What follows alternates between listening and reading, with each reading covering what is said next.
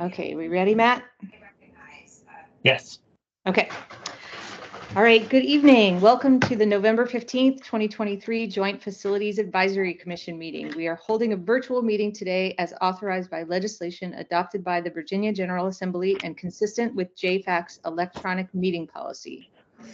Before we begin, I'd like to cover a few specifics about how today's meeting will run. Tonight's meeting is being recorded and the recording will be made available on the JFAC website. The meeting is available to stream from the JFAC website via Microsoft Teams link. There is also a dial-in phone option for those who wish to use it. If commission members, presenters, or speakers lose internet connectivity during today's meeting, please reconnect with us by phone. Please keep your phones and devices muted until you are called upon. Turn off any sound to other devices around you to minimize interference. Please also turn off your video feed. I will address when it is appropriate to turn it on in a moment. When called upon to speak, you must unmute yourself by clicking on the microphone icon that is located under your meeting command bar. If you're dialing in by phone, press *6 to unmute. For commissioners, if commission members wish to be recognized to speak on an item, please use one of the three following methods to be recognized. Use the raise hand feature within Teams, ask to be recognized using the chat box, turn your video feed on, and leave your microphone muted until you have been recognized. Once you have completed speaking, please turn on your video feed back off. Or once you have completed speaking, please turn your video feed back off. Do we have any commission members who joined us via phone today without the video option? Looks like no. Okay. Additional notes for public speakers. We will hold public comment periods at the beginning and the end of the meeting. Those requesting to speak may speak during only one comment period. At that time, I will ask members of the public who wish to be recognized to unmute and state their name. Lastly, this is a public forum. All information associated with today's meeting, whether written or spoken, is subject to Freedom of Information Act requirements. Before I get into welcome, introduction, and chair's update, do we have anyone here that would like to speak at public comment?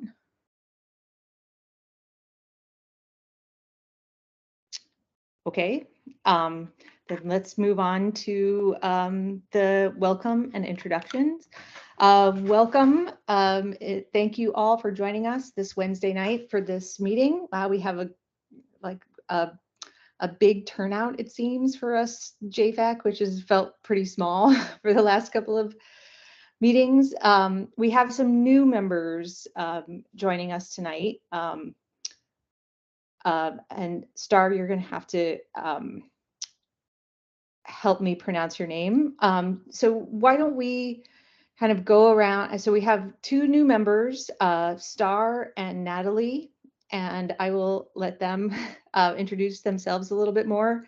And then I would like for each member to just quickly, turn your video on and say who you are so that we have an idea who's talking. And we also have a new liaison from the FAC who is, under new guidelines is here, mostly to listen, but will be allowed, will be given opportunities to share the work of FAC with us if there is any work to share. And otherwise is welcome to speak during public comment. But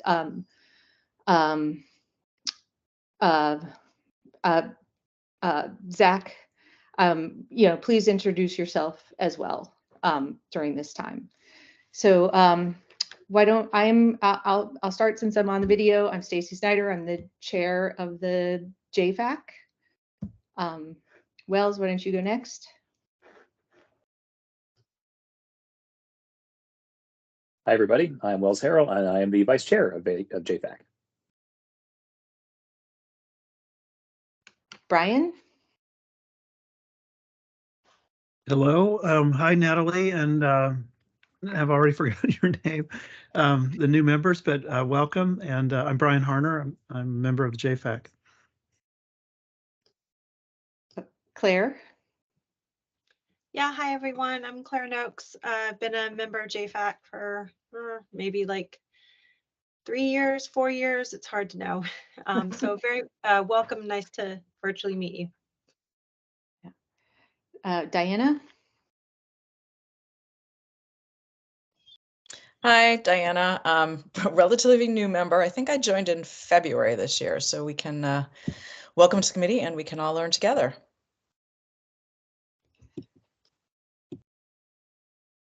All right, Star. Hi everyone, my name is Star Hi, just like hello is how you pronounce it. And I just moved to Arlington a little over a year ago. I'd been overseas, and prior to that, I'd lived in DC proper for about a decade. So just moved to Arlington and wanted to get involved, and this seemed to be the best committee where that fits my skill set.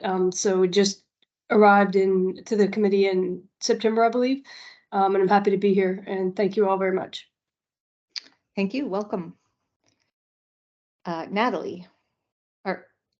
Natalie, you're next on the list. Yeah, hi. I'm new to JFAC. Happy to be here on the commission, and I'm a Lion Park resident, and that's it. Happy to be with this great group. Thanks, Natalie. Welcome. All right, Steve Young. Hey everyone. So I also am a member of JFAC. Welcome to our new members. And I think I'm the longest surviving commissioner on JFAC. I'm in my 7th year now. So anyway, nice to meet our new folks. All right, thank you. Zach, do you want to introduce yourself? Yes. Hi, everybody. My name is Zach Larnard. I am a member of the Facilities Advisory Committee for APS and the liaison to JFAC. So good to see you all again. Sometimes some of you I know already from previous jobs. So happy to be back. Thank you, Zach. Yeah, you were a member of APS staff when I was a member of FAC. Yeah, I remember way back when Steve started at the same time. So I've been around a bit. Yeah. All right. Well, thank you and welcome, Zach. Matt and Robert, do you guys want to introduce yourselves as well? They are our our staff liaisons. Sure, thanks. Matt Ladd, staff liaison from the county side and the CPHD, Community Planning, Housing and Development Department. And we had someone who just joined by phone and not sure if that's a JFAC member or not. But if you're a JFAC member, feel free to introduce yourself. Hi, this is Andy Greenwood. Oh, hi, Andy. Yeah, we're introducing ourselves. Yeah, because we have a couple of new members. Oh, wonderful. Yeah. So do you want me, if I understand correctly, I'll introduce myself then.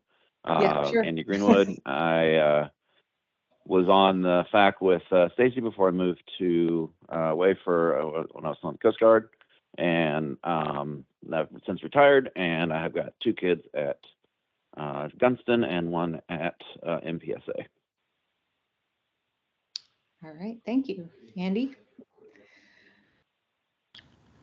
And hello, everyone. My name is Robert Ruiz. I staff JFAC on behalf of APS.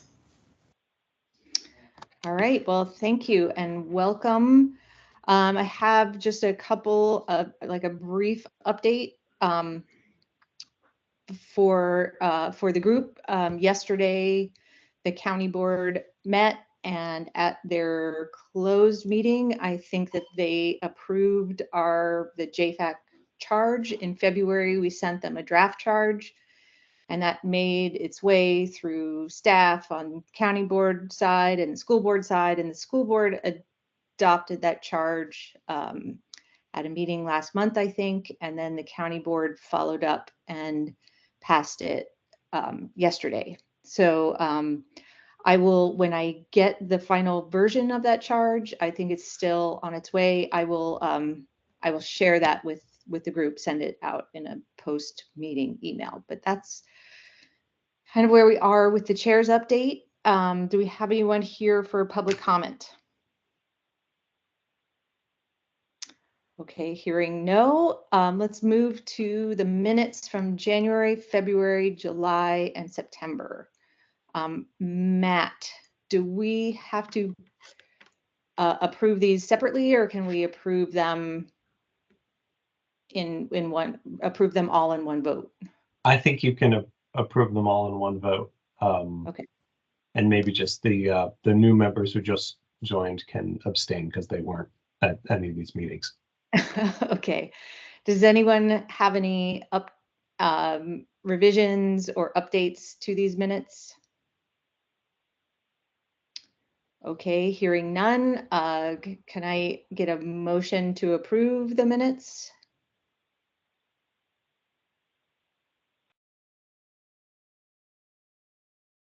Motion to I'll go ahead. approve. Oh, second. Can I get a second? Second.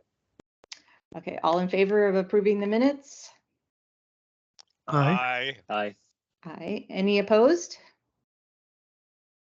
Okay, minutes pass unanimously. Okay, so let's move on to our next agenda item, which is our main agenda item. Wow, we're really moving through things pretty quickly. You know, I'm sorry that some of you were having trouble getting through the link to the presentation to work. I don't know what was going on with that. It was because I could open it just fine. But there are, but I hope that some of you were able to, you know, actually to view the presentation and to watch the school board and staff discussion about it, because I think it's really helpful, and it is sort of the premise of this meeting, you know, or what we will be discussing this evening. And like the recommendations last time, you know, there are some draft recommendations or feedback slides included on this, but they are there with the intention of creating guidelines for the discussion, and that, you know, they are open to changing and editing and adding and removing items as the discussion dictates. So let's go. Can we go to the next slide, please, Matt? So I wanted to share, I wanted to start the presentation and start the discussion by, because after we sent the last recommendations, and there were some discussions around those recommendations, and Wells and I sent a follow-up email kind of clarifying kind of the fundamentals of where we were coming from with those recommendations from the CIP report. And I found them, I kind of went back and looked at them, and I found them to be very informative and a good framework for how we can look at the CIP direction, and potentially even use the same kind of framework when we get to the CIP decision making in the spring. So I will just read this, and this is, you know, this is how I feel about recommendations, and, you know, Wells and I both wrote this, so it's how we both do, and sort of just to explain to you and to the public and to the boards that we are advising for, this is where I'm coming from with general CIP recommendations. We understand the CIP to be a financial planning document that balances needs and priorities as informed by relevant data, research, and other information provided within the CIP report. The CIP process examines each of the defined and prioritized needs under the parameters of debt service limits, the budget, including impacts of debt service to the operating budget, and timing. This process can and should create a plan that defines affordable and timely solutions for all priorities. Next slide, please. However, to find this balance, context matters. Each project or proposal must be considered in context of other needs, timing, available funding, enrollment projections, and planning for long-range site and facility use. We are now in an environment where opportunity costs may be significant, such that committing to one project prevents moving forward on a future project, even if it is a high priority. As you consider your CIP direction, we encourage you to be clear about what APS's priorities are, how particular capital projects reflect those priorities, and whether there are any trade-offs. So that's sort of where Wells and I are coming from when we're putting this. And please feel free to raise your hand if you have any questions or comments or thoughts. But I just wanted to sort of put that out there and kind of explain this is where we're coming from when we put together this presentation and these recommendations. And that was where we were coming from with the recommendations in September as well. Okay, next slide, please. So I kind of took that premise and put together some guiding questions. So sort of how can we look at this CIP direction and ask, does it create a plan that defines affordable and timely solutions for all priorities? Does it respond to budget parameters? Does it demonstrate an acknowledgement of long-range planning and collaboration between APS and the county? Does it consider each project and proposal in context of other needs, timing, available funding, enrollment projections, and planning for long-range site and facility use? Does it establish a process by which trade-offs are transparently considered?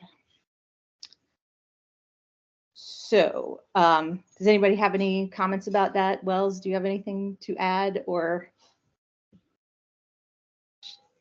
shall we just keep going? Yeah, I've got nothing to add, so happy to keep going unless others have questions. Okay, so so the budget this year, can we go to the next slide, please? So this is from the presentation, the presentation at the school board meeting on November 9th on the information item of the capital improvement plan direction that has been proposed by the, it's basically the superintendent's and staff's capital improvement plan direction, and the school board will vote on it on November 30th, and they can add amendments or change it, or Natalie, do you have a question? I see you are unmuted. Oh, my bad. Sorry about that. Okay. But no, it's great. No. Okay. All right. Yeah, and I think this is a pretty and this kind of lays the groundwork. If we see the CIP as a financial planning document, you know, what the financial parameters are must be planned within those parameters. And as we, oh, Claire, you have your hand up. Finish your thought. You're quick on the draw, but you can finish your.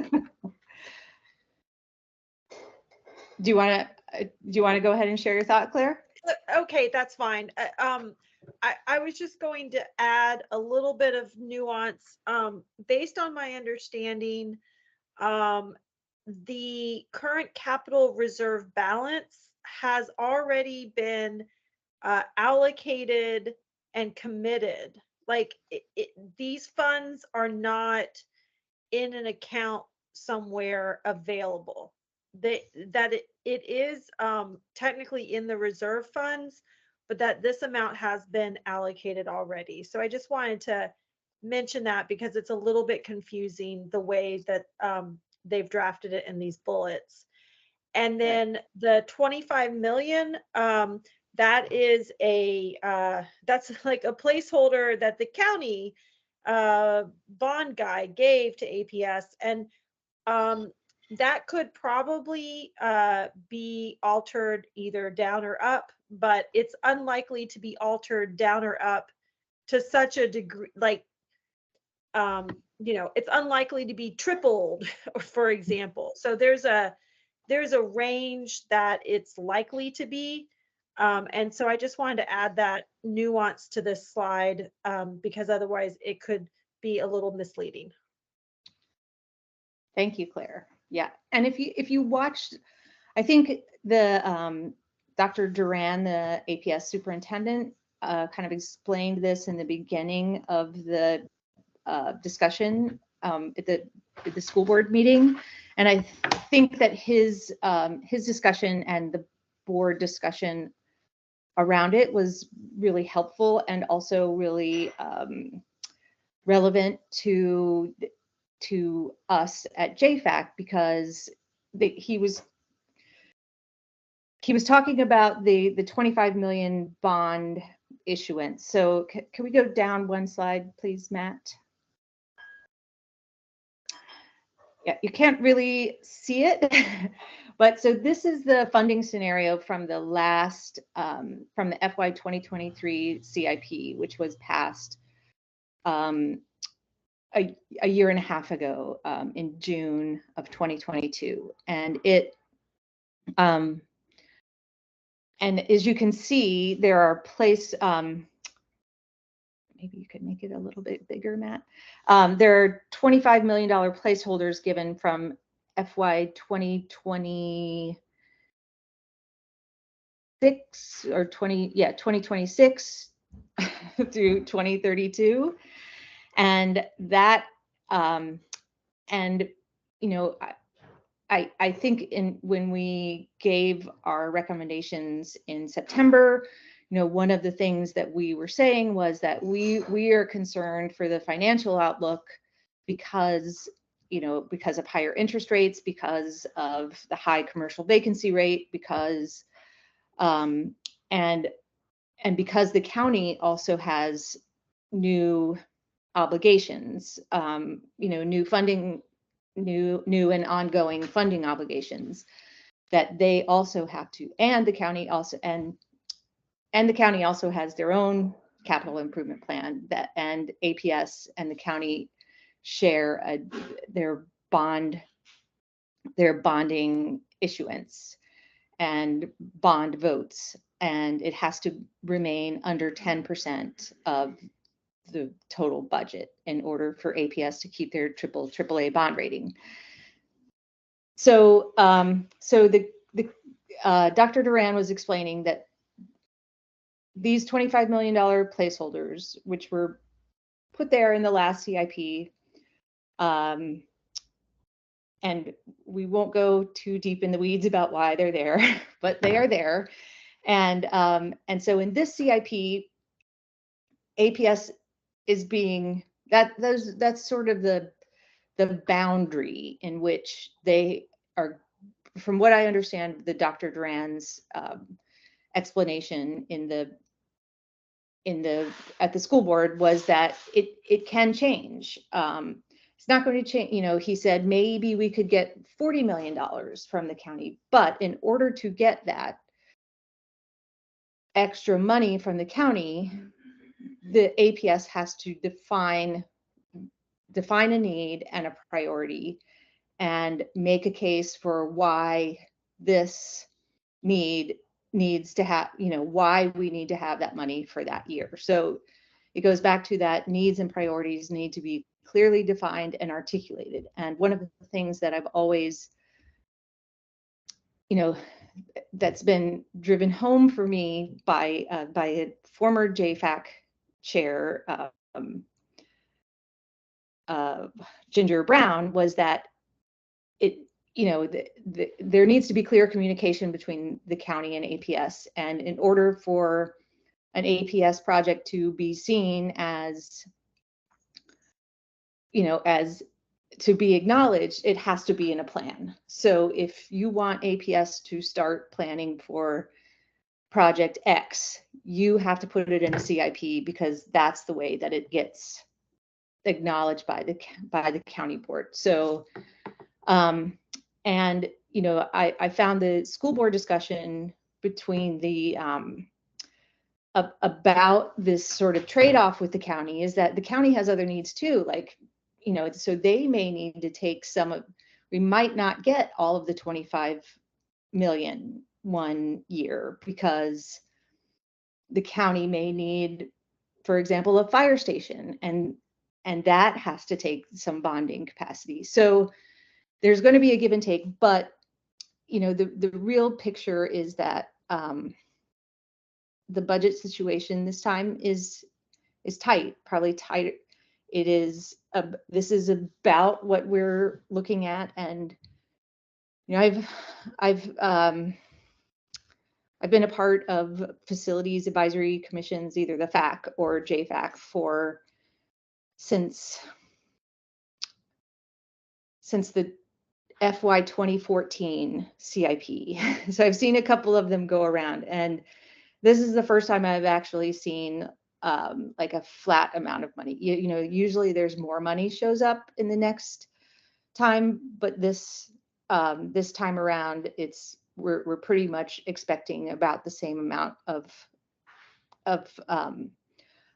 bonding capacity to work with. So does anybody have any questions about that, or want to add anything that they watched from the school board meeting that they found relevant to share? Natalie, did you have your hand Well, up? no, I was just going to ask you. So based on what you were just saying, you think this is one of the worst budget situations that you've seen, or it's about the low? I mean, is that what you're basically opining on? I'm sorry? It's about what I expected. It's a pretty tight budget. Right.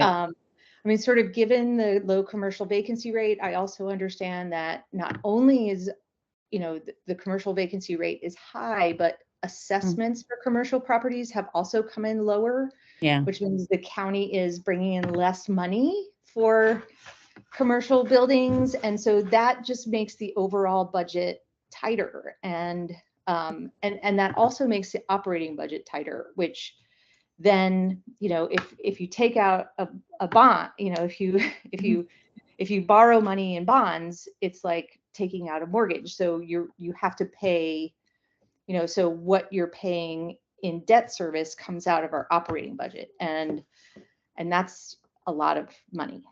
Right. Got it. Thanks. Andy? Hey, thanks, Stacey. No, I think you're right.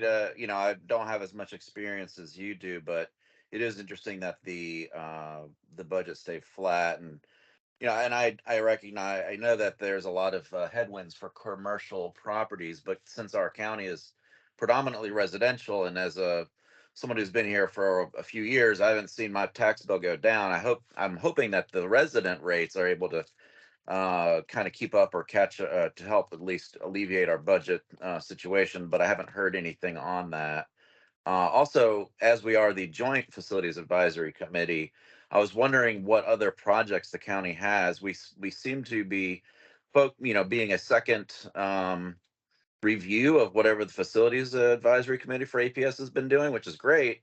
But I also, you know, it's kind of, I don't want us to lose the context of what other priorities are going on. Like you mentioned, fire stations or libraries or, you know, whatever it is that is going on in the county budget. You know, I do also know that, you know, APS is the big gorilla in the room with, I think, 70 to 80% of the budget. So certainly warranted we spend this time there. But I didn't know if there's a balance there or other things, priorities that we need to talk about as it relates to the SIP when we start thinking about trying to say, hey, let's look at the overall budget and this part of it and what we can and can't do with as it relates to APS and other county priorities. Thanks.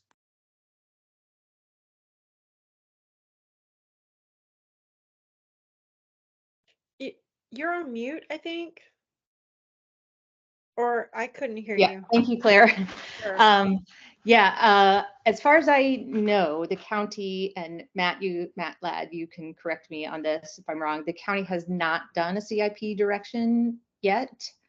I can say from the last CIP that there were a lot of needs defined by the county, and in fact, their needs, I almost included that the funding scenario from the counties, from the county board CIP in this presentation, but I left it out. But in the last CIP, the county board had pushed even to the out years, they were up to about 9.8% of their debt capacity limit. Mostly because, as I understand it,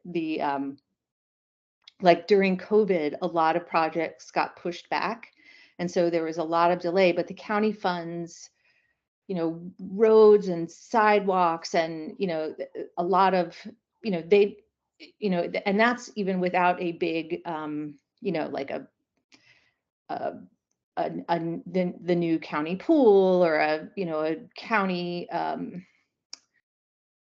community center renovation. You know, those are, you know, really what was driving the, what was, you know, the projects in the CIP from the county in the last CIP were very well defined and were mostly about basic maintenance from my perspective. I do see some joint planning in the CIP direction from the county, and I hope that we may have an opportunity to review the county CIP direction when it comes out. But my understanding from a conversation with the county board member is that they aren't doing it till the beginning of the year. Is that correct, Matt?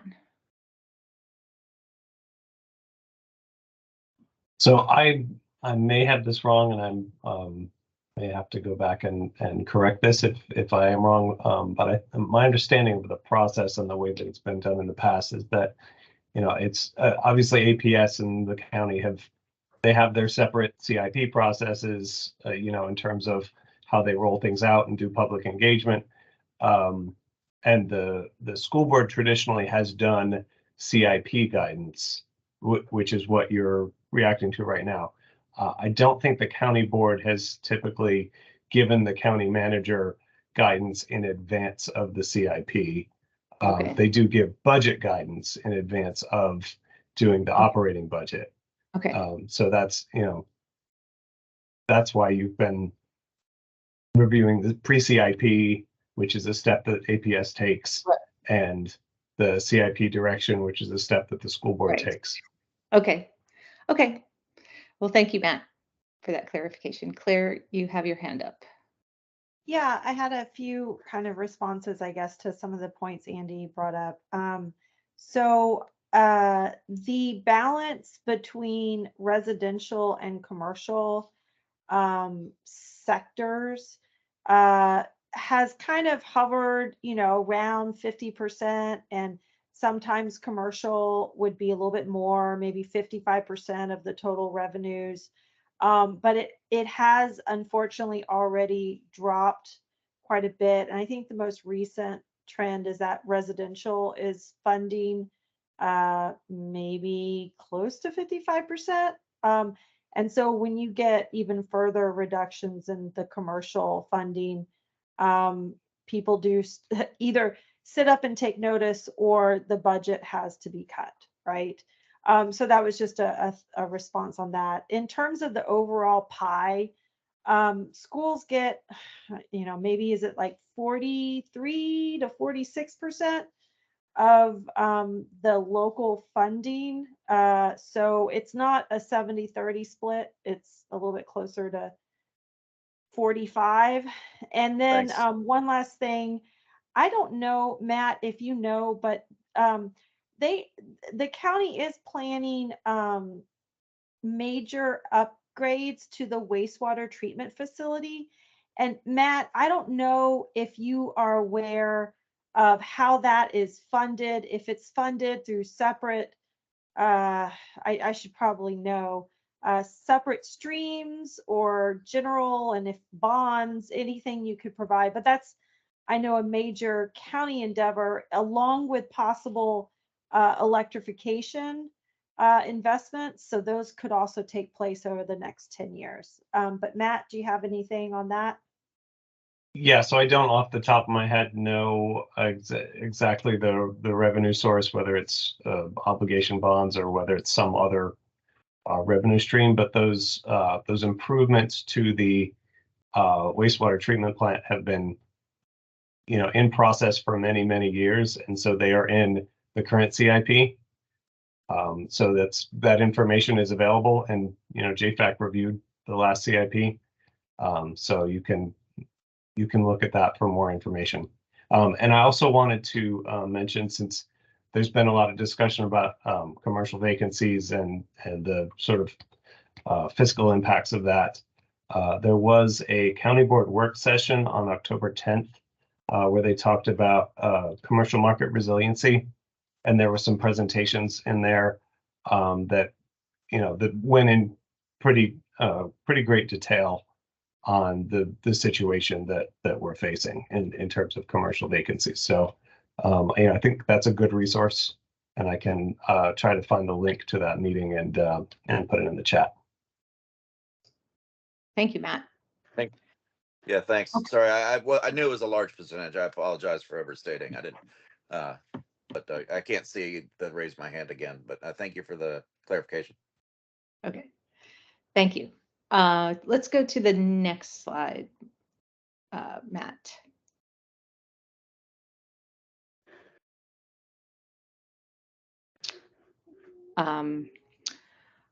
Okay, so what is included in the CIP direction for continuing projects? Again, this is a slide from the presentation. Is, these were funded or outlined in the 2023 in the last CIP. And the superintendent is recommending that they continue, and that is major infrastructure projects. So that's annual funding, kitchen and security vestibule renovations in the schools, synthetic turf projects. So that's field conversion, and sometimes those are joint projects with the county, the Career Center campus project, and the enterprise resource planning system modernization. And then for new projects, can we go to the next slide, please, Matt?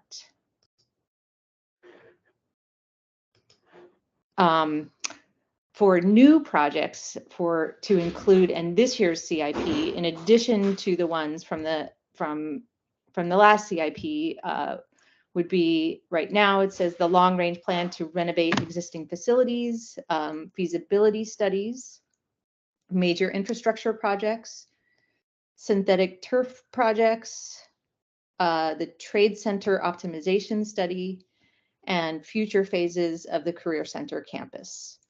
So in the last slide, what was approved and is definitely going forward on the Career Center campus is the new building, the garage, and a field. And then so the future phases of the Career Center campus are to be included in this CIP direction.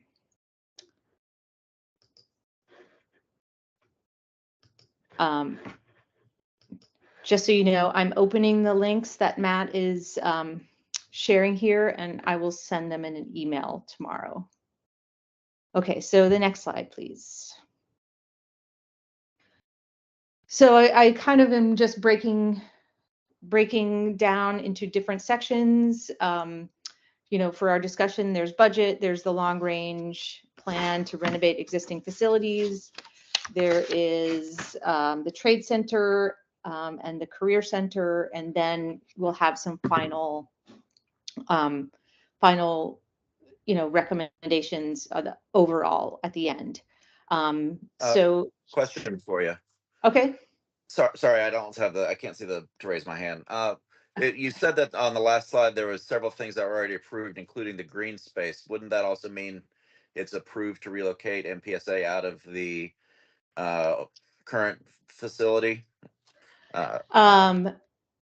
There is another smaller field on the site, Rob, that was approved. Don't think I have that slide in here. Yeah, I just wanted to clarify that. I mean, they did build a new green space in it because they're tearing down another one. I was just curious if you're referring to the green space that is also part of the project that was approved where the current facility exists, if that's what you're referring to, or something else. Oops, sorry. Me. I was like, what is, I had opened up one of the things that Matt had shared, and it was playing. Um, sorry about that. Yeah, so I think that there is still that the demolition. I mean, I think yes, it has been decided that that Montessori, the MPSA will be relocated and that green space will be created. Yeah.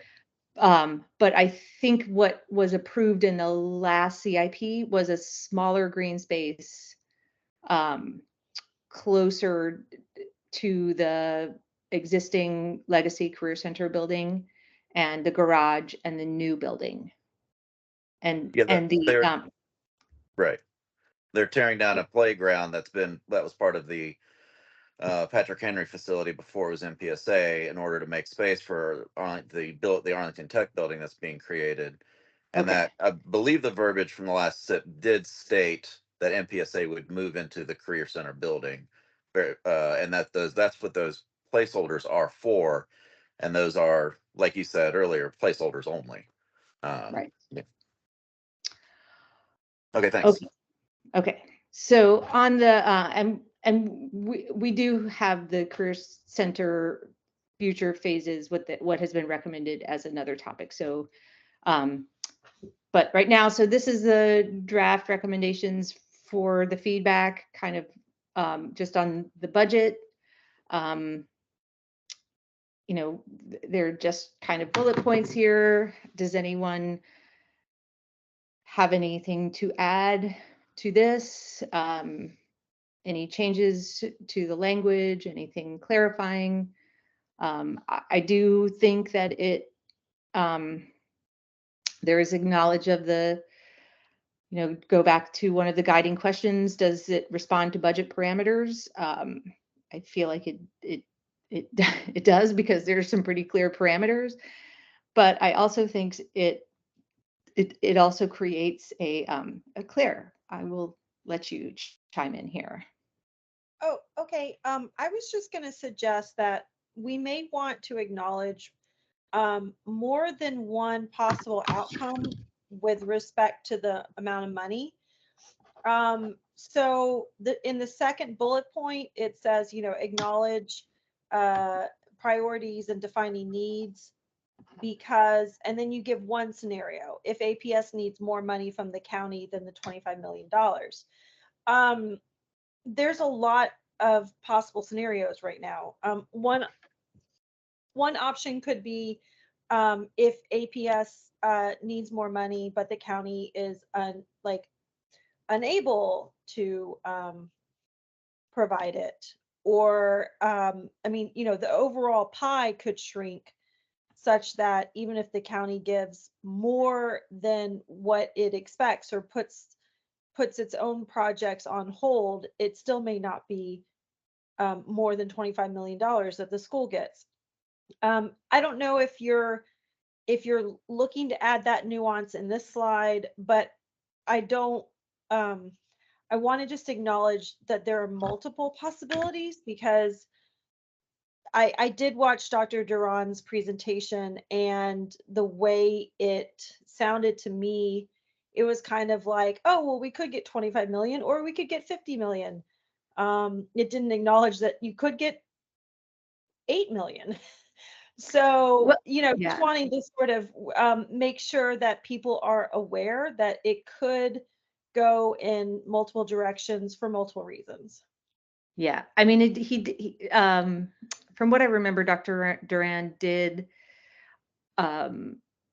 say that there was a possibility that it might be less than 25 million if the county, had a defined need and they couldn't, but I do think it kind of creates an opportunity, and all of this will become more clear once there is, a defined budget, which doesn't happen until March or April, which is kind of late. But I do think that you're right in sort of pointing out that it could go either way. Like APS could get a little bit more money, but they could also end up getting a lot less. So I think in any case, what's going to happen is that it's going to have to we're just going to have to be very careful, and we're going to have to make sure that they are communicating and that trade-offs are understood and that needs and priorities are clearly defined. I think that that's a big, why do you need to, and I think there's a lot of information, there's a lot of helpful information that APS has at the moment, like this new report that defines like, a school needs a new roof because it has a red rating and it has 2 years of remaining useful life. So I think some of the needs will be clearly, will already be clearly defined, but others may need to be prioritized by the board. And it's in a tight budget situation, you have to sort of weigh all of these, you have to weigh all the needs and, okay, what are we going to spend money on? And is there a way that we can save money on this project so we have a little bit more on the other one? And I think all of those are going to be really important. Would you be open to adding after guideline something like, or receives less than this amount, comma? Sure. Okay, just to kind of make sure that people who read this understand that the 25 million is not a floor. Okay. Thanks. Yeah, that makes sense to me. Okay. Okay. Also, when it comes to these projects and priorities, and we also need to make sure that we don't keep investing. I think that you're right, Stacey. That report has a lot of great information in it. It kind of showed that there's been systematic, repeated systematic problems with various facilities, not limited to any one, like a lot of the facilities where we replace something and then, we can see that the life cycle of, system 2 or 3 or roof or whatever, like, these major infrastructure things that if we piecemeal together a small, if we start getting cut by 1,000 paper cuts, it's can be worse than, funding one thing too. Like we have, a lot of schools that need a lot of, prioritizing the school or facilities, I should say, that have many repeated or many things coming up and not in addition to already in the red. Does it make sense to invest in that structure over, something else that could be funded? Does that make sense? Yeah. Okay. Yeah. Cool. All right. Are we ready to move on? Okay, let's go to the next subject. So the long range plan that was a good segue, Andy. So the report, I think that some of you went to the informational meeting, or I hope some of you watched the about the long range renovation, the facility condition assessment report on November, when was that? It's October the 30th, where Wells did such a great job sitting in and representing JFAC. But the facilities long range renovation plan is a system-wide assessment of facilities. It gives detailed information about each school, major building systems, educational spaces, and common spaces. And it's a comprehensive data to inform current and future capital enrollment plans. And this is a slide from the school board meeting. Okay, can we go to the next slide, please? I wanted to include this one. This one was from the committee of the whole meeting, and I think they also included it in our informational meeting. But it just breaks down the 3 projects into these 3 categories, which will be funded which are looking for funding in this CIP direction. So there are local projects, there are capital needs, and those are, APS has a fairly robust minor MCMM, which means minor construction, major maintenance, and system that they are, try to stay on top of projects.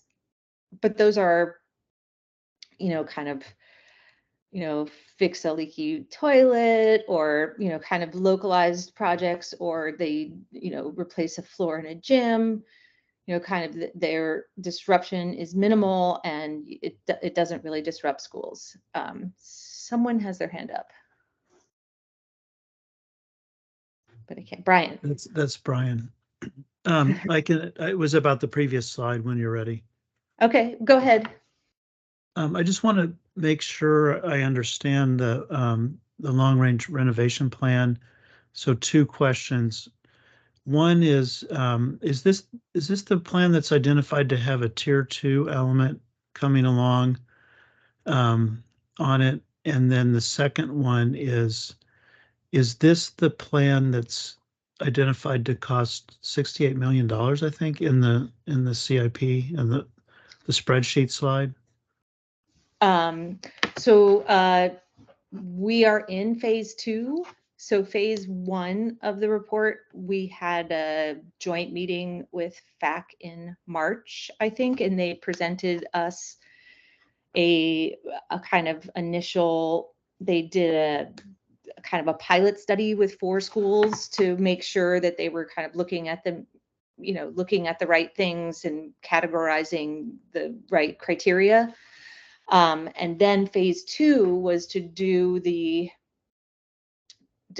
all of the schools, and that's what we waited for. And so that we are in phase 2, and there was a placeholder for 68 million in the FY23 CIP, and that was a number that was put there based on the 25 million placeholder, and not necessarily tied to any one project. It's just it's a placeholder, and my understanding is that and if you read the new projects under the long range renovation plan that are under this proposed CIP direction, they are proposing that can we go back to the next slide, please, Matt? They are proposing that we fund the local projects, which money is already kind of in there. If you look at the top line of the FY23 budget, there a lot of them are already funded, and then up to 5 major infrastructure projects, and those are like a new roof or an HVAC system, and those will cost, it's a sort of a 1 to 3 year. They're sort of medium disruption to students. Most of the work could be done over a school year. The way that I am reading the capital, if you just read word for this presentation, the deep dive studies or a major infrastructure project, a major renovation project, the deep dive studies, which will cost more than 50, and that's like their APS is proposing that they do 3 to 5 deep dive studies, and then 1 major renovation project. And that would be like a school rebuild or a major renovation, and those would be to are more for the schools that have so many kind of notable and like educational space inadequacies that it can't be a remedy for those problems can't be addressed with just a new roof, or an HVAC system. It would be like it kind of needs a major rehaul, and that is And that's what the deep dive studies will look into, to sort of point out like, okay, we're going to look at 3 schools and they're going to come up with different, I'm just using an example. I see your hand up, Natalie. I'll get to you. It can be a renovation, or it may actually make more sense to rebuild the school, and it may or may not need swing space. And what I am proposing that we suggest to the CIP direction is that there be there be an articulated priority that planning starts for one of those major renovations in this CIP. Natalie. Actually, you just answered my question, but actually I was going to just interject that, like, for a deep dive would be something like Jefferson Middle School, to rebuild that. I mean, that would be something like that, where it had a host of things that are right? Is that correct? All right. Yes. Yeah, that's it. Yeah. Okay, let's go to the next slide. Okay, so here's what the superintendent's proposed CIP will include: a review of alignment of local projects with minor construction, major maintenance, 10-year project list based on remaining useful life and identified associated costs, a list of projects for inclusion along with estimated costs in alignment with bonding capacity under major infrastructure. So that would be a new roof, a new HVAC system, something that would be less than $15 million and kind of, something like a high need, that could be done within 1 to 3 years. And then a list of 3 to 5 facilities for feasibility studies. And the feasibility studies will include a full scope and analysis of appropriate options for renovation and or replacement, estimated cost and or replacement option per facility, and consideration for phasing or swing space if needed. Natalie, do you still have your hand up from before, or do you have another question? No, that's from before. Sorry. Okay, it's okay. So does anybody have Wells, do you have anything to add in here? Thanks, Stacey. Nothing else to add so far. Okay. But just sensitive to Natalie's question. So one of the things that Stacey and I have been talking about, especially going into and out of the joint information session with the APS staff, JFAC and FAC, was that there are a few schools that particularly caught our attention. Looking over the list of schools that kind of made the cut for being the highest priorities for design studies. And so that's why both Stacey and I felt that it was important to, recommend to APS that as part of this CIP to go ahead and lay the groundwork for doing, a major renovation project, depending on the results of the design studies that we can talk about more in a minute, sooner rather than later. Obviously needing to balance other priorities along with consideration of the bonding capacity limits, but it's at least good to start thinking now about how soon we could start a major renovation project, especially if one or more of those design studies comes back and says, well, look, this is, we need to tear down and rebuild here, and here are some potential options for you. Thank you, Wells. Brian, I see your hand up.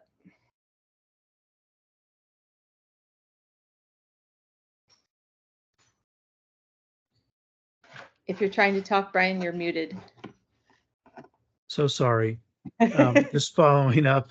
It's so hard. I just cannot manage both a raising of hand and unmuting. It's way beyond my capabilities. The 3 to 5, the recommendation for 3 to 5, does that cover the need, or is this 3 to 5 out of what you feel like are 10 meritorious projects? How did we come up with 3 to 5 as the recommendation? That's a good question. Stacey, I mean, I'm that happy is to take that one, unless yeah, go ahead, Wells. you'd like to. Sure. So one of the things that we talked about at that information session was that there's a difference in how APS came up with the priority list for major infrastructure on one hand and the major renovation potential projects on the other that are eligible for the design studies. Major infrastructure was basically based on just how, the building is aging and performing now by its individual components. So looking at roofs, HVAC systems, and the like. And so they kind of created a list of, kind of high priority schools there that are more in the category of like fixer uppers, things where if it's a roof, HVAC system, or the like, something that is discrete that can be fixed without a lot of disruption. For the design studies, the criteria is more about educational space needs. So less, is the how are the life cycles of the different elements of the building matching up? Are they performing like they need to be? It's more like, is the space configured in a way that matches the educational purpose of the school and its programs? And so that's where there's been, I think, they're thinking about it differently, because on the one hand, with a major infrastructure project, if you sort of fix the problem, you have fixed the problem. It's more discrete. Whereas, if you're talking about classrooms that are too small or don't have enough light or ventilation, those are going to be increasingly difficult to do, that kind of spot infrastructure work on without something akin to or constituting a down to the studs renovation or even a total tear down. So that's how they came up with the list of the design studies, is looking at the schools that had the biggest mismatch between their kind of educational program needs and the building form itself. And that list is of 3 to 5. That covers everything that falls within that category. Well, the number is, the number that they used at the committee of the whole meeting was 5 to 10. And, there has been some back and forth, and in our feedback for methodology, we did kind of ask, and it is a question that I ask in our draft recommended guidelines too, is 3 to 5 facility feasibility studies the right number for this CIP direction? Because if you think that a major renovation project can only happen, it takes 3 to 5 years to build a new school or do a major addition to a school, which one of these feasibility studies would do. Kind of doing more feasibility studies, one of the examples we use, so that the 10 schools that they gave at the committee of the whole meeting, and these were in order of their priority using the methodology that the school board had given them, but it's not yet been completely approved. But it was TJ Middle School, MPSA, Barrett, Taylor, Swanson, Jamestown, Oak Ridge, Claremont, Hoffman, Boston, Williamsburg Middle School. And if you think that it takes between 3 to 5 years to do a major renovation or build a new school, to get to the 10th school, to get to all 10 schools, if you had enough money, that would be 30 to 50 years, over which time things will change, enrollment projections change, money changes, kind of there. Yeah, imagine how different, Arlington will look in 30 years. And so it just makes you question, like, really how, to me, personally, I think 2 to 3 makes more sense, especially because it's not clear there may be enough money to do a major renovation in this CIP timeframe and do the major infrastructure projects like the roof and the HVAC system and the local projects and fund the trade center and, the trade center feasibility studies and, all, the other priorities that I support as well. and finish the Career Center. I think there's only really one that's possible in this time frame. So I think doing 2 to 3 makes more sense. That's my argument for the number. And Claire, you have your hand up. Yeah, I agree. 2 to 3 is more practical in terms of what will be useful. We do have to also realize, these are elected officials. They don't, it feels better to include a wider variety to give more schools hope, right? And to say, oh, well, you might, and we're going to do a feasibility study for your school. So, we have to acknowledge the political realities, but the financial realities and the timing realities would point to 2 to 3. I also want to highlight that construction and the CIP is not the only solution to educational space deficiencies. And this is something that we really need to grapple with. We've been coming out of an era where, supply closets were sort of cobbled together and turned into classrooms. And surprise, that classroom is too small to meet our ed specs. But at the same time, we're looking at lowering enrollment, at the end of over the next 10 years, projected, of course. And so we really have to ask ourselves, do we need to turn every X supply closet into a 1,050 square foot adequate educational space and then close schools because we don't have enough students enrolled?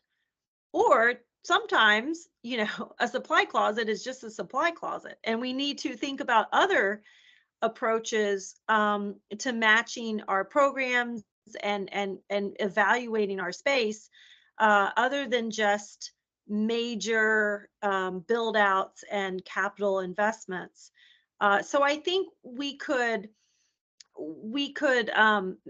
maybe use the 2 to 3 as a constraint to encourage creative thinking and creative problem solving where we can, with some of these other tools, including really aligning space with the program needs, with the enrollment projections, all of that, rather than just saying, oh, it looks like right now, some spaces need to be maximized. So yeah, I would be supportive of 2 to 3. Thanks. Thank you. Andy, your hand is up. Thanks. Yeah, I had to switch devices. Sorry for the issues. No, I think Claire's got some really good points as well. And what you said, Stacey, it's interesting that there's 10 schools on there and that there's a lot of need for facility renovations. I feel like, the timelines are going to change. The enrollment projections are going to change. If we are seeing under enrollment at schools, like that should be a factor in what schools get issues. I know many of those schools on the list are have wait lists or are at capacity or have trailers. So it's, maybe there needs to be a part of this, a look at rezoning, as far as, we all love walkability, myself included. But maybe some of the planning factors for where we draw can maybe look at the issues of supporting facilities that are underutilized. Like Claire said, like let's think of creative ways to move the money around and not just keep all the facilities exist. Let's keep them as they are. Maybe there's a way to be more efficient with how we approach this future SIP. Thanks. Right. One of the things that we did recommend in methodology feedback was to, in the deep dive studies, that operational changes such as, moving a pre-K from one school to another, or, if there are, specific programs within a school, like, programs within a neighborhood school that could be moved out, or redefining capacity, like the capacity of our schools is kind of given when it's built or renovated, but that can be, that could be adjusted. And, so sometimes, there's operational changes like boundary changes and little program moves and those kinds of things. And so I do think that the deep dive studies, may be able to, for a school like Barrett that has a lot of, classrooms that are smaller than, educational specifications. If you look at the report, but the rest of the school is pretty okay. Something like operational changes, or making, kind of doing some boundary changes to make the capacity of that school smaller, may be a good short-term solution for a school like that. So I do, maybe that's something that we can add. Can we go down to the next slide? I'm mindful of time and I don't want us to run too far over. The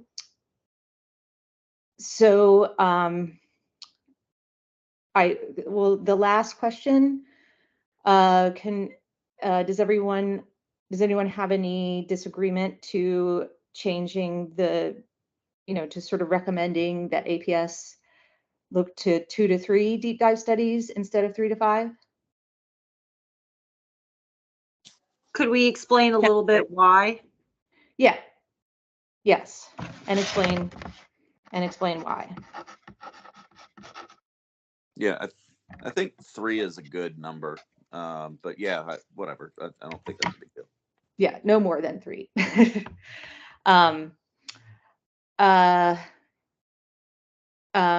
Okay, do we agree that the facilities condition assessment is a valuable tool to help establish priorities and define needs?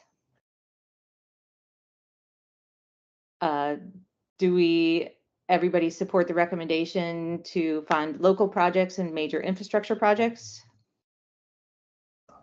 Yep. Yes. Okay. This is the one that I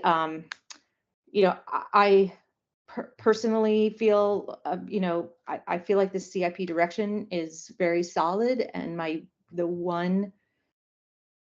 it's relatively minor, but the one thing that I would like to recommend, and that I would like JFAC to recommend, is that include language to the CIP direction that designates a major renovation project as a priority beyond the feasibility studies, and include a TBD placeholder for a major infrastructure project as part of project planning. Does anyone have any questions about that or disagree with that? Is renovation and infrastructure intended to be different?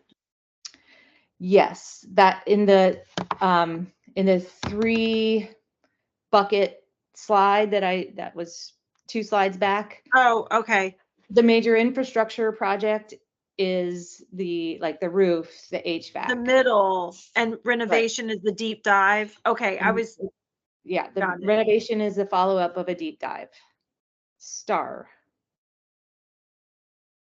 Yeah, so I just have one question. In one of the presentations or documents that I was reading, it said something about it, or maybe it's something that you sent me, that the projects can't, like, one has to be finished before the other one begins. And then it also referenced the deep dive. So my question was, does a project have to be completed before another deep dive can be done, or is this something that can be done simultaneously? They could be done simultaneously if there's enough money. I think, but kind of given limitations of bond funding availability, and it doesn't come in one big chunk. It's available over years, as you can see in the funding chart. And so it's really the funding availability that limits how many could be done at the same time. And the deep dive studies could all be done at the same time. And the local projects and the major infrastructure projects could probably be funded in the same years. And I think it's possible that at least planning for a major renovation project post the deep dive studies, and after it comes out of different scenarios of whether it's a rebuild or an addition or what makes sense. It may or may not have money for it in this CIP, but I think it needs to be the way that you define that as a priority. Like, so we do these deep dive studies this year, but the way that you define it as a priority is to put it as a placeholder in the years somewhere. And maybe that funding, sorry, my dog is about to bark. Maybe that funding can happen in year 6. Maybe it will have to wait until year 9 or 10 or even 11, as APS has done in years past.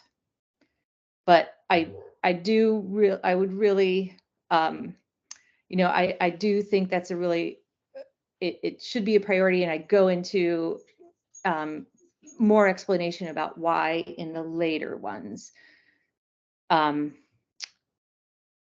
I just sort of put that in here because that was part of the major renovation project. Okay, does anybody have any other questions? Started that answer your question? That did. Thank you so much. Okay. All right, let's move on, and we could come back to that at the end. Okay, Trade Center. So in this CIP is a surprise to me.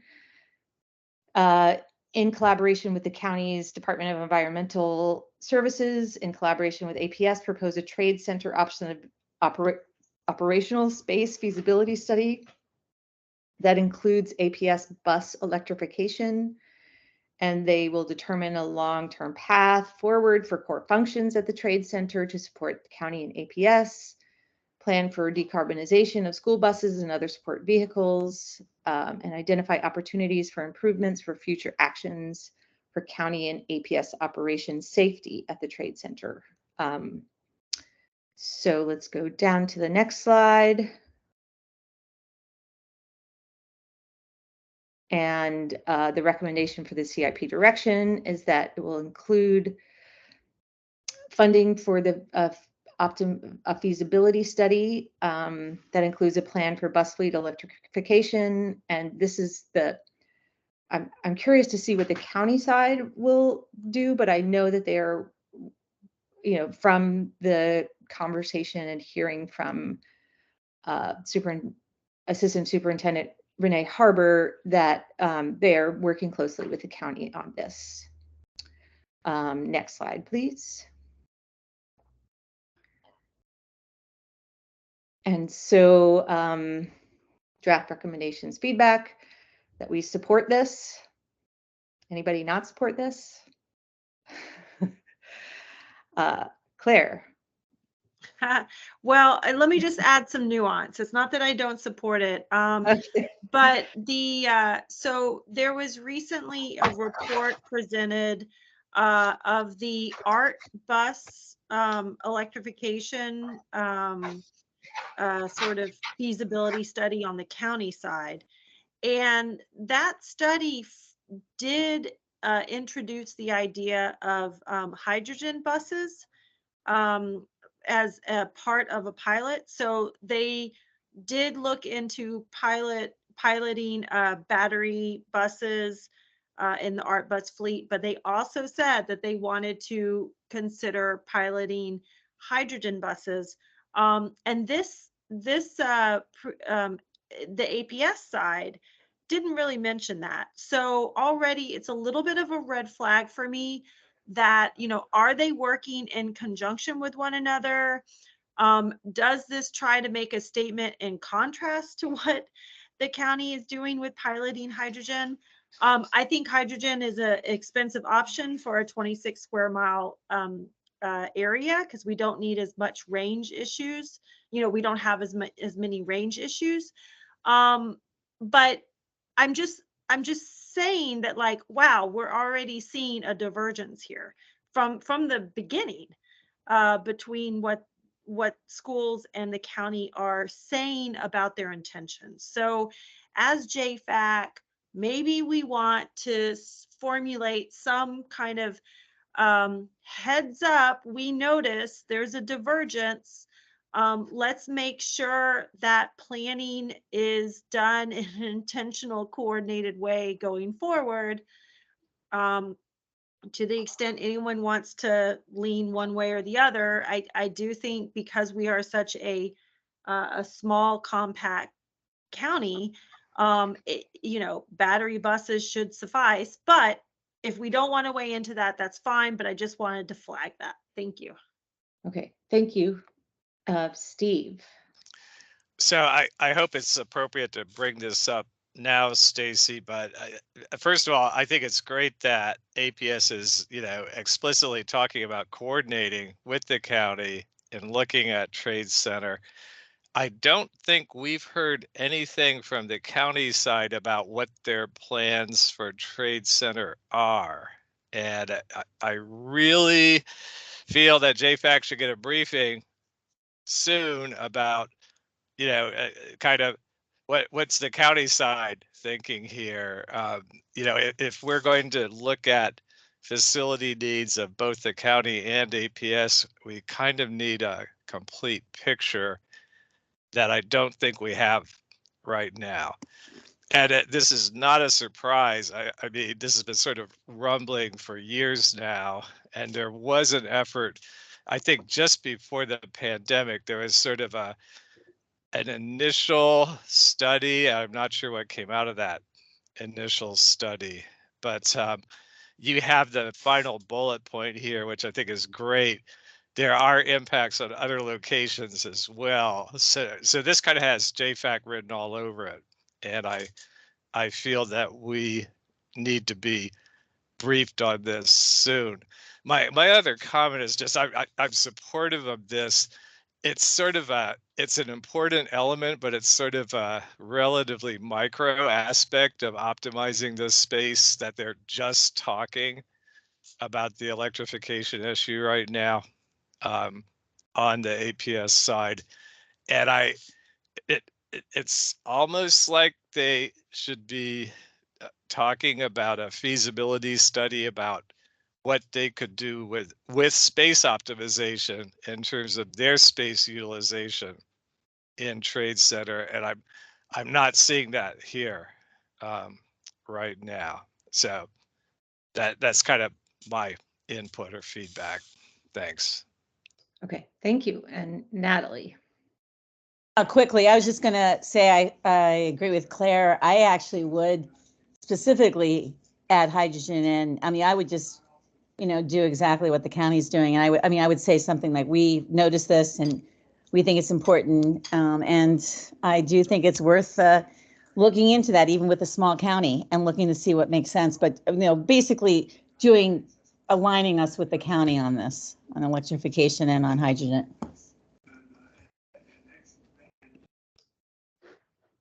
Okay, thank you.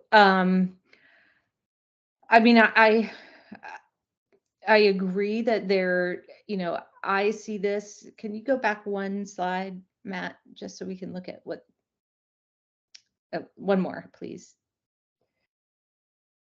Thank you. I remember watching the CIP presentation from the county manager during the last CIP process, and there were questions about the Trade Center, and he specifically said, well, we need APS to come to the table with us about Trade Center planning before we can start talking about it. So I do feel like this is a step in the right direction. And if there is any kind of language that, can we go back to our,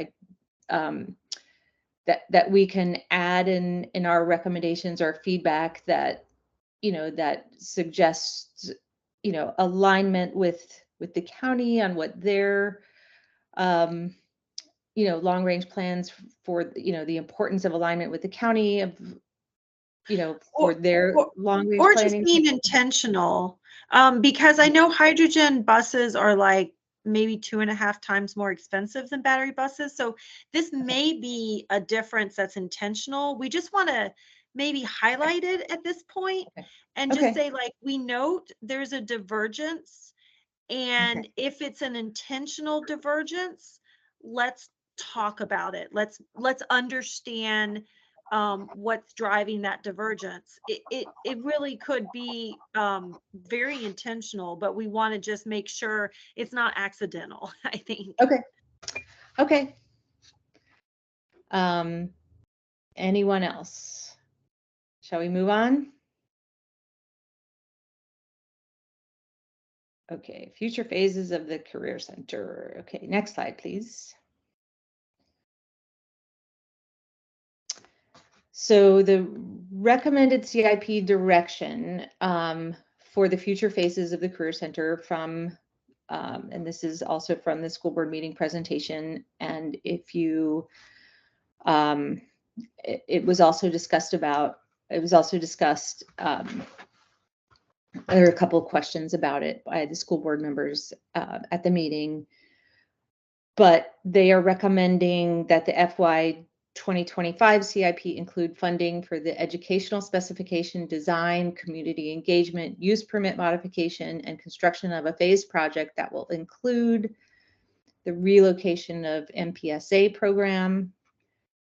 It will also identify the reuse of the Legacy Career Center building and demolish the current MPSA facility after program relocation and complete the campus with green space. This recommendation also maintains the student limit number on the site, and also includes kind of completing the new building and the garage and the small field that is not where the Montessori, not where the demolition of the green space that the Montessori facility will recreate. So let's go down to Natalie. Do you still have your hand up? No. Okay, let's go down to the next slide. So this is the draft recommendations feedback. That if you go back to our guidelines, that we support this CIP direction. We feel that the relocation of MPSA and the reuse of the Legacy Career Center should be determined through a public process that considers the context of other needs, timing, available funding, enrollment projections, and planning for long-range site and facility use, that it's balanced with fiscal constraints, that it is considerate of enrollment projections and overall operational efficiencies, balanced with other priorities such as a major renovation for timing and funding, and aligns with APS instructional visioning and planning processes. Anybody have any comments? Claire. Quick question. A public process could mean two different things. One thing it could mean is just, public notification and awareness. Another one could be public input. I think there might have been an intent for public input here, but if we don't say that, it could not be taken that way. I did ask APS staff some clarification questions about that, about the public process. Let me find the answers. I asked, the slide specifies recommending funding for community engagement. So this is my question, along with other planning, do you have a proposed timeline for when that community engagement will occur? And do you have a process in mind for this engagement? And the answer was, slide 19 recommends the school board include funding that allows for community engagement for the future use of the Legacy Career Center building. The process has not been determined yet. Could we say public engagement process then? That just makes it clearer. Yes. Thanks. Okay. Andy. Hey, question regarding the previous Career Center development plans, the BLPC, all the things that went into the current visioning for that site. I know that the community around the area, not specific to any program or APS, but like the neighborhoods, were very adamant about only having 2 programs in addition to the space thing. So I guess my first question is, was that part of it? Because we talked about the number of students and the constraints on the site, it being like 12 acres or whatever, then only having 2 programs. And one of the feedback things or compromises when the previous SIP was created was to one, to have that green space where the MPSA building currently exists, and 2, to limit the number of programs or schools on the site. Are we asking that the county revisit what the BLPC and other outreach efforts came to a conclusion on in previous years? And then my final question, I guess, is I like what we're saying about the enrollment projections, as both Arlington and MPSA have wait lists if those 2 programs were to remain there. But I think if we start talking about other priorities, we may be undermining some of those other efforts and the future public engagement that I think Claire was absolutely right on, calling it engagement, not input. All of those things that you asked about, like the cap, the planning, the BLPC for the new building, the garage, all of those things are decided. What the superintendent recommended, and this is not what we're recommending. We're offering feedback on the superintendent's recommendation. Could you go back one slide, please? Is that all of, like the new building, and so what this direction does is just create a process for the relocation of the MIPSA program or the MPSA program, and it will identify the reuse of the Legacy Career Center building, keeping in mind keeping that limit of number that was given the use permit, in mind. So all of that will be, so we are not recommending that they rethink that, or that there be 3 programs on the site. What we are looking at right now in this feedback is, do we support this process? Do we support a community engagement process that examines the relocation of MPSA and identify the reuse of the Legacy Career Center building that will then demolish the green, that will lead to the demolition of the Montessori facility program and complete the campus with green space. And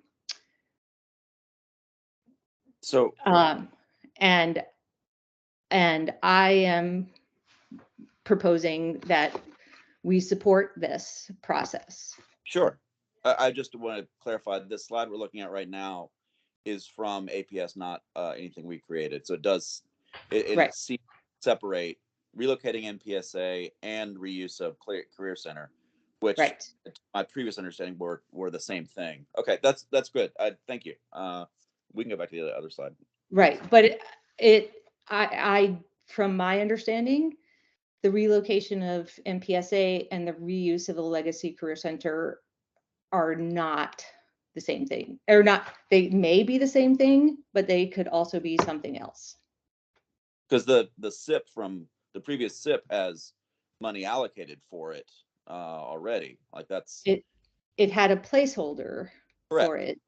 Right, and all of those placeholders can change based on enrollment projections and available money and new projects that need to be identified. And so what I am saying is, and what the CIP, the recommendation for the CIP direction is saying, and what we are discussing about whether or not we support is, do we support this recommendation for the CIP direction. That creates funding, that determines the educational specification, the design, provides community engagement, and use permit modification and construction of a phase project that will include the relocation of the MPSA program and identify the reuse of the Legacy Career Center program and demolish MPSA. That does not say that MPSA can't go into the Legacy Career Center. Gotcha. But it does say that it will be examined based on other uses. I mean, but examined with, and what With I'm the lens of suggesting relocating MPSA as is well. that we look at it in context. Yeah. Of, all three of those things are context. Yeah. Yeah. Thanks. Of other priorities and make sure it works with all the other priorities. Well, this can we go to the slide where our recommendations are? Not yeah. This one. So I don't think we need to include all these bullet points. We could just say the sentence above there as the, that's kind of imply that we're going to have all these things factored in, with the fiscal and enrollment concerns. I think you balance it with other priorities, sure, aligns with APS and instructional visioning, sure, but we just like we said earlier, it could go up, it could go down. Like, of course, it's going to be balanced within fiscal strengths. Of course, enrollment projections are going to change, and they're not a static number, and it's not written in stone that this is what's happening. My only suggestion is that we take those first two bullet points out for this slide. Okay, the balance with fiscal constraints and consideration of enrollment projections and other overall operational efficiencies. Because we have that. I mean, the second bullet point is captured with the third one. I mean, you could combine those if you like, but I think the fiscal constraints are unknown at this point. We know we probably are likely to have fiscal constraints and other competing priorities, but that's part of making the pudding is of course you're going to have these things. I don't know. I don't really have any strong feelings on it either way, but it feels like we know these things, like that's part of this process. I feel like it's stating the obvious a little bit. Anyone else have thoughts?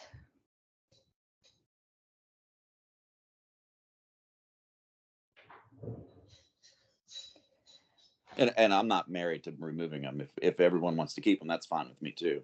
Okay. But I think if the superintendent is saying we're looking at these three things as separate priorities, then absolutely, like we should support that effort. Yeah, I mean, I think we can go through and because there is the relocation of the public process, and there's a couple of things that we're repeating. And so I'm willing to kind of go in and make sure that we're not repeating things.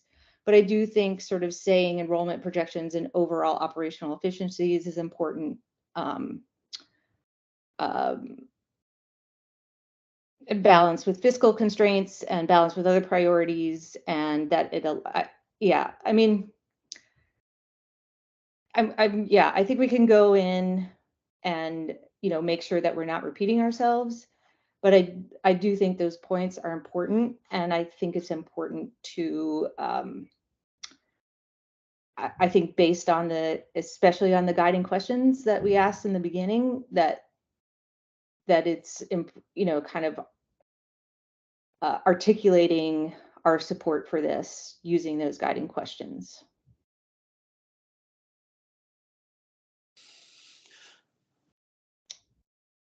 So, yeah, I think the balanced with fiscal constraints and competing priorities could be one bullet.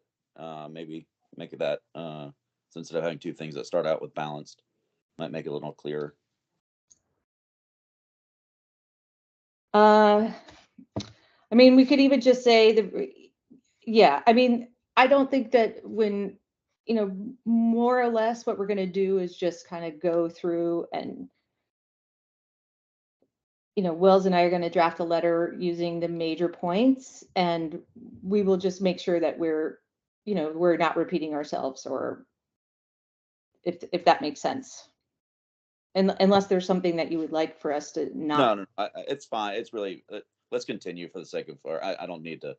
Okay. Yeah, sorry. Okay. Okay. Next slide. So these are the proposed, the recommendations and feedback on proposed CIP direction. So these are draft recommendations, feedback, and these are basically going in and answering the guiding questions.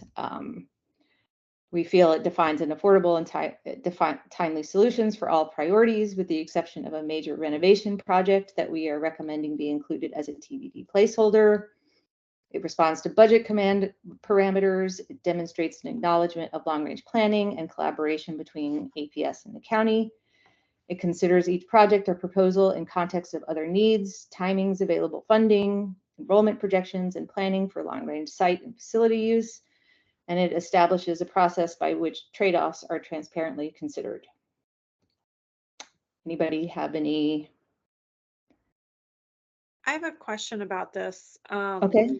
It sounds like we are not making any suggestions for anything that it doesn't already do, because we are saying, looks great.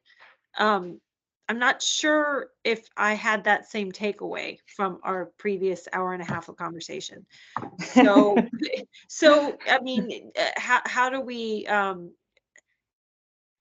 how do we distinguish between what we want the CIP to be and what it currently is?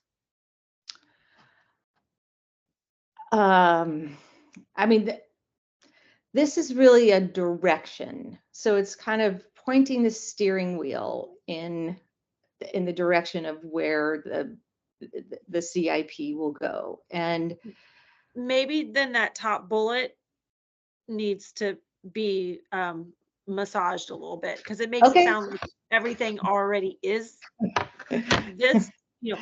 Okay.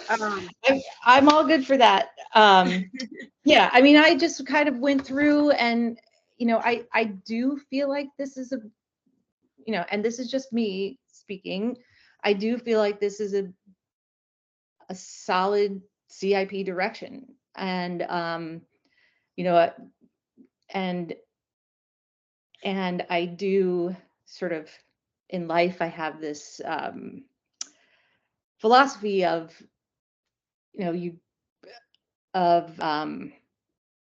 know, praising the positive, you know, pay as much attention to the positive as possible and as little attention to the negative as possible.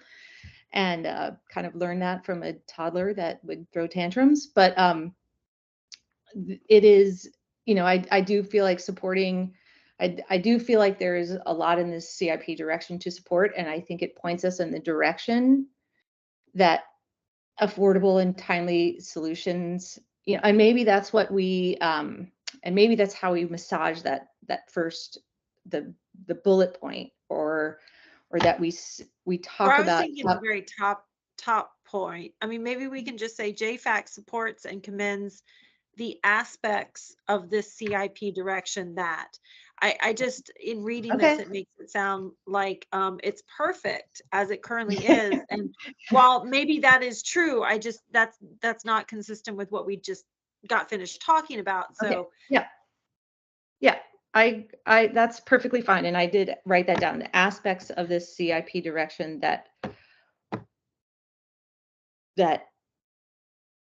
could create the following. Yeah, that could create the following.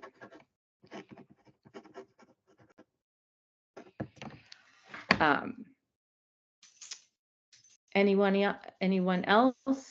I mean, I do feel like if we have concerns like over, you know, kind of the trade center, but I mean, does anybody have any major concerns about the CIP direction? Does anyone feel like it's, not, what they're recommending is I don't see anyone's hands raised. Okay. All right, so let's go down to the next slide. And I just want to talk a little bit more. Oh, Steve Young. Steve. So, Stacy, I don't want to belabor this, and it's not quite exactly the question you just asked, but the one thing that really did bother me, and this pertains mostly to their framework, their evaluation framework that we looked at, but there seems to be no awareness of climate. And specifically, when I say that, I'm not talking about, sustainability type stuff. I'm talking about resilience in the face of changes that are already happening. And the most dramatic being more frequent and more severe extreme rainfall events with catastrophic type flooding like we've been seeing over the last 20 years. And I don't see any evidence that APS is factoring the changes that we're actually experiencing into their process. And I bring it up because we're talking about potentially very major financial impacts from some of these extreme events. So the rainfall is the most obvious one, but we're also seeing extreme heat issues, which could impact HVAC systems, for example. And we're seeing more severe storms that result in power cuts that can sometimes be, somewhat prolonged power interruptions. So I'm not sure what the best way to raise it is, but I would like to see us put some kind of a marker down that we think that APS should begin to factor climate, actual, this is happening. It doesn't matter what we do now. That we're going to be dealing with these changes for the foreseeable future. So I just wanted to bring that up. That's the one thing that really kind of bothers me that I see as missing. And I'm not saying it for hand waving. I'm saying it because it's real. In fact, the National Climate Assessment was just released, and I think it basically substantiates that as is happening now in our area. So Can you think of a language that that specifically specifies that in regards to schools and public facilities planning? Yeah, I mean, I think the kind of key phrase is climate resilience, where you're talking about facilities that will be resilient to these climate impacts that are taking place. Does anybody have any objections to including that as a point in the feedback? No, not at all. In fact, it's critical. That's a really good point. Thanks for bringing that up. Okay, thank you, Steve. And I will include that as a bullet, as a point in the feedback. Okay. Thanks, Stacy. Yeah, you're welcome. Next slide. Thank you. Okay, so this was the one suggestion that I have included for this CIP direction that I thought was missing, that was important for planning, and that was that the CIP direction designates a major renovation project as a priority beyond the feasibility studies, and to include a TBD placeholder for a major infrastructure project as part of project planning. And I think it is important because it is important to give notice to the county to also start planning. I mean, one of the school that APS gave at the top of the list, and that if you look at the facilities assessment report, that that kind of comes to the top of needing a major renovation is Jefferson Middle School. And I mean, it will almost certainly be in the, I mean, we don't know for sure, but my guess is it will be part of the feasibility studies. And it is a, there's a county community center inside of the facility. And it is also surrounded by county land, even though the school itself sits on APS property. Everything else around it is owned by the county. So anything that's done to that facility will require collaborative planning with the county. And if it's a rebuild or a major renovation, the county will also have to start planning to provide money for that. There was a placeholder given for a long-range plan to renovate existing facilities in the last CIP.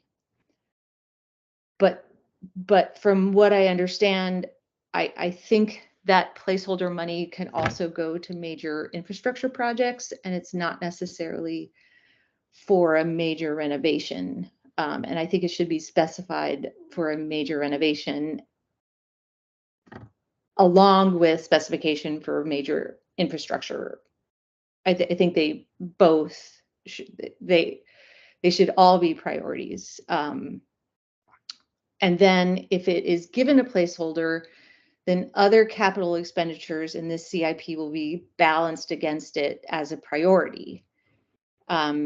If it's not listed as a placeholder in this, then will be like, well, who needs to save money? Let's spend all the money we have, on these priorities, and not allow planning money, or start to consider about leaving some money for this major renovation project. And then the facilities condition assessment report data shows that there are schools with notable educational space inadequacies that need more than a major infrastructure project can address. These schools need the assurance that finding a solution to their needs and educational space inadequacies demonstrated in the FCA is a priority. So, Claire.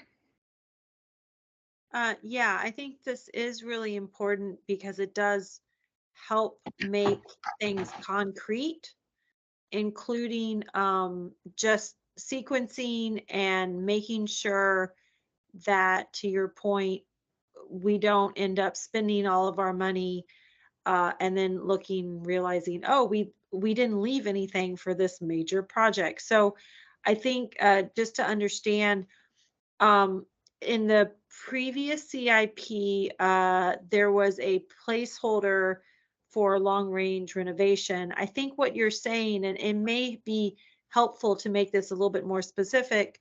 Well, maybe not at this point because it's CIP direction, but the idea would be to have multiple placeholders, maybe one for major renovation, maybe one for major infrastructure. Is that kind of where you're getting at? Yes, I mean, my the CIP direction says that they're looking at 5 major infrastructure projects within this CIP. And so, and those probably are, and those are more easily identified. There's Key needs a new roof, that's already in the plans. I mean, there are, so I think that those projects will actually be included as actual projects in this CIP. Whereas right now, as I read the CIP direction, they are saying that and maybe that they just need to adjust the language. Maybe they are planning to put a TBD for a major renovation project in this, in this CIP. But I think that it suggests adding more clear language to the CIP direct. Maybe that's what it is, just adding more clear language to the CIP direction that designates a major renovation project following the information and the feasibility studies. Because that's not clear to me in this CIP direction. Okay, thanks. Anybody else? Wells? Nothing for me. Okay. All right. Well, I guess we are close to the end of our meeting. I see we have a guest, or Bill. Zach, will you guys want to do a public comment?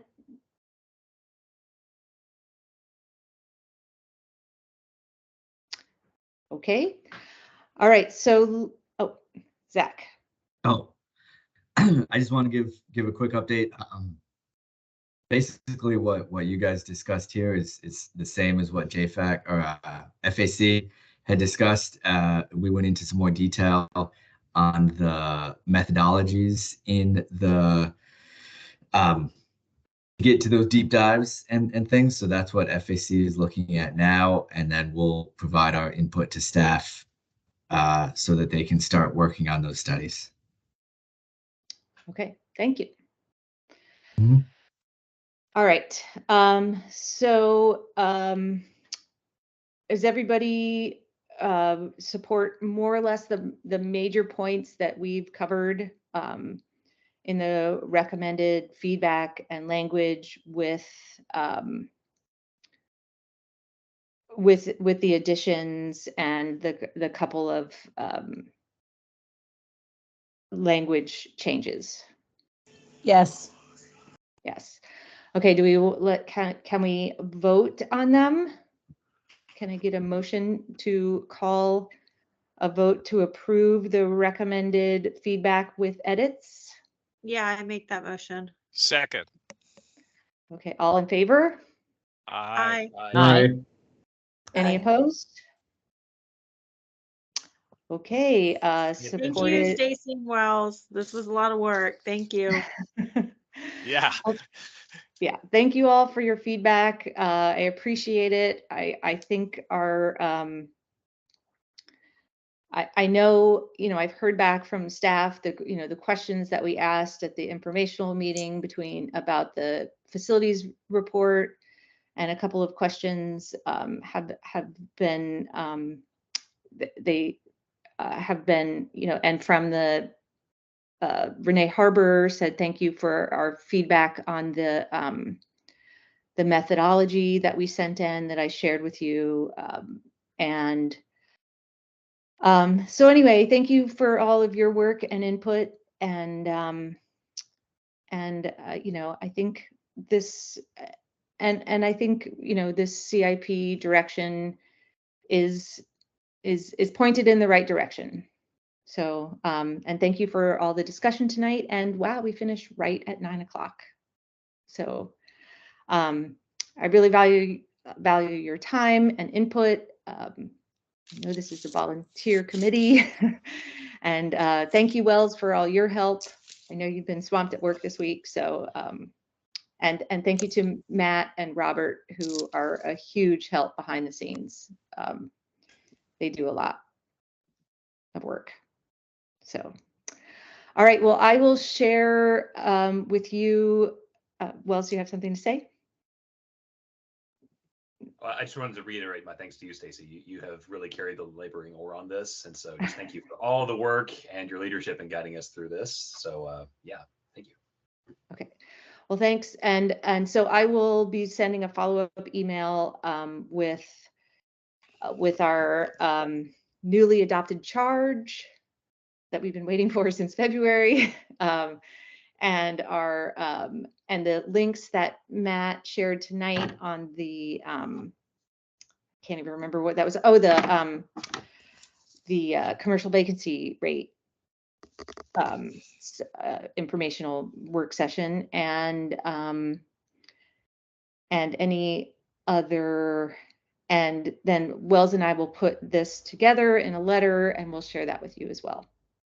But that won't be for another couple days, probably. So, okay, well, thank you so much, everyone, and we will be in touch. Have a good night. Thank you. Good night. Good night. Take care, all. Good night. Good night.